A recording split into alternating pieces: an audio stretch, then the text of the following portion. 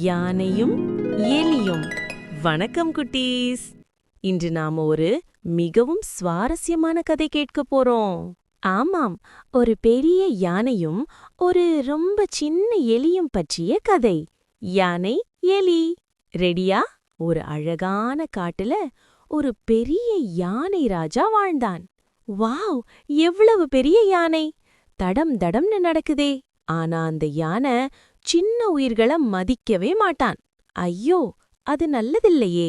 ஒரு நாள் ஒரு சின்ன குட்டி எலி யானையின் காலடியில் ஓடுச்சு. ஐயோ பாவம், யானை மிதிச்சிடாதே. யானை சிரிச்சு சொன்னான், ஹஹா, நீ என்ன உதவி செய்ய போற?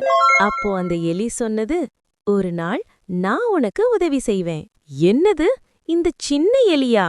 குட்டீஸ், சின்னவங்கன்னு யாரையும் குறைச்சு நினைக்க கூடாது. சில நாட்கள் கழிச்சு யானை நடக்கும்போது வேட்டைக்கார வலையில் சிக்கிக்கிட்டான். ஐயோ, யானை மாட்டிக்கிட்டானே.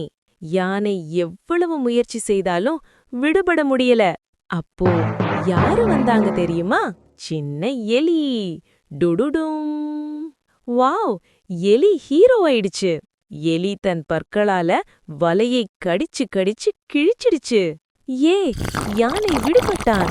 யானை சொன்னான், நீ சின்னவனா இருந்தாலும் நீதான் என் உண்மையான நண்பன். நட்பு ரொம்ப அழகானதில்லையா குட்டீஸ்? சின்னவனென்று யாரையும் இகழ வேண்டாம். ஒவ்வொருவருக்கும் தனித்திறனுண்டு. இந்த கதை உங்களுக்கு பிடிச்சுதா? பிடிச்சிருந்தா லைக், ஷேர், சப்ஸ்கிரைப் மறக்காதீங்க குட்டீ.